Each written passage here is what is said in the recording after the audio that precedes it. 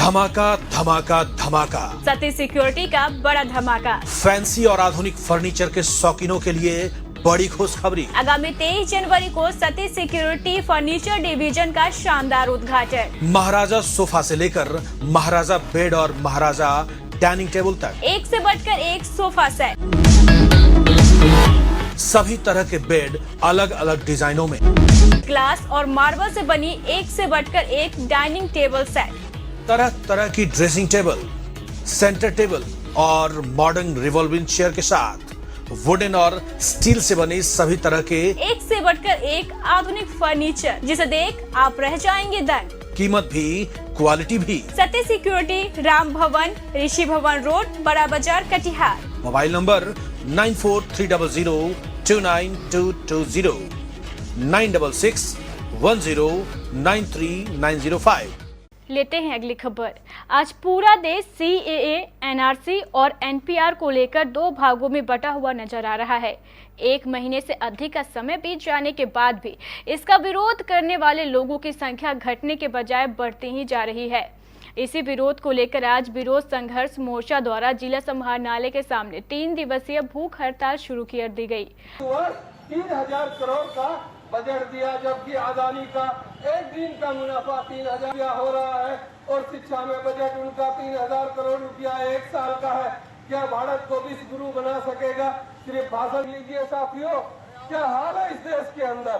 ये भारतीय जनता पार्टी, ये अमित शाह, ये एक गरीब अगर जन्म प्रमाण पत्र के लिए ब्लॉक में जाता है तो उसका क्या 10 दिन में जन्म प्रमाण पत्र बन रहा है? जब आप साथियों, यह है इसका असली चेहरा। तो ये आज जानने की जरूरत है साथियों। ये खून की बात को अनशनकारियों का कहना है कि अगर सरकार ने जल्द ही इस काले कानून को वापस नहीं लिया तो ये विरोध आगे भी तेज होगा। जी हाँ, देश की जो हालत है, जो हमारी सरकार है, ये सरकार जनता के सुख सुविधाओं को आगे बढ़ाने के लिए, उनको अवसर देने के लिए नहीं है, बल्कि जनता को परेशान करने के लिए है। NRC जो है वो लोगों को सिर्फ परेशान करेगा, इससे देश की अर्थव्यवस्था गिरेगी, लोगों की परेशानी बढ़ेगी, इससे कोई फ़ायदा नहीं होने वाला है।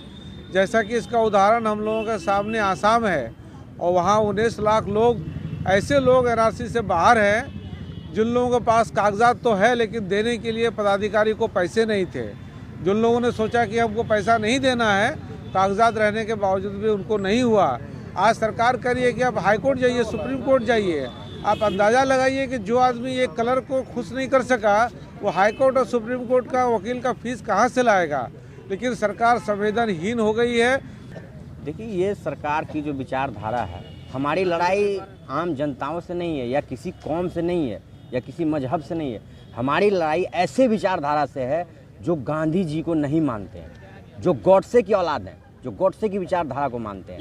उन लोगों ने जबरन इस देश पर इस कानून को थोपने का काम किया है, जिसमें धर्म संप्रदाय के प्रति जो है उग्रवादी टाइप का लोगों को पैदा करने का काम करने की कोशिश किया है, आपस में लड़ाने की कोशिश की है। उस चीज़ को हम लोग तोड़ना चाहते हैं, उस चीज़ को दफन करना चाहते हैं। इसलिए हम लोग आज भूख हड़ताल पे हैं, ताकि ये CAA कानून जो है, इस पर संशोधन हो, सुधार हो, संविधान के तहत इसको लाया जाए। हमें इसके लिए कोई आपत्ति नहीं होगी। जनवरी को जो सुप्रीम कोर्ट में जो फैसला आने वाला है NRC CAA एक्ट के विरोध में, तो उस फैसले से ये देश का भविष्य निर्धारित होगा। और जिस तरह केरल के गवर्नमेंट ने जो सुप्रीम कोर्ट में जो 131 आर्टिकल के तहत जो याचिका दायर की है, जिसमें राज्यों का मामला और जो देश का जो संवैधानिक जो फैक्ट्स और जो सर्कमस्टांसेस का जो मामला जिसको सुप्रीम कोर्ट को देखना है, उसका हम लोग 3 दिन का इंतज़ार कर रहे हैं। और फिर 3 दिन के बाद हम लोग ये संयुक्त मोर्चा की तरफ से ये निर्णय लेंगे कि देश के संविधान के बचाने के लिए हम लोग क्या क्या करेंगे। उधर बारसोई में भी CAA के विरोध में आज एक विशाल रैली का आयोजन किया गया। इस रैली में हजारों की संख्या में लोग शामिल हुए और CAA एवं NPR को वापस लेने की मांग की। बचाने के लिए निकले हैं, हमारे साथ चलो। आम हिंदुस्तान की एक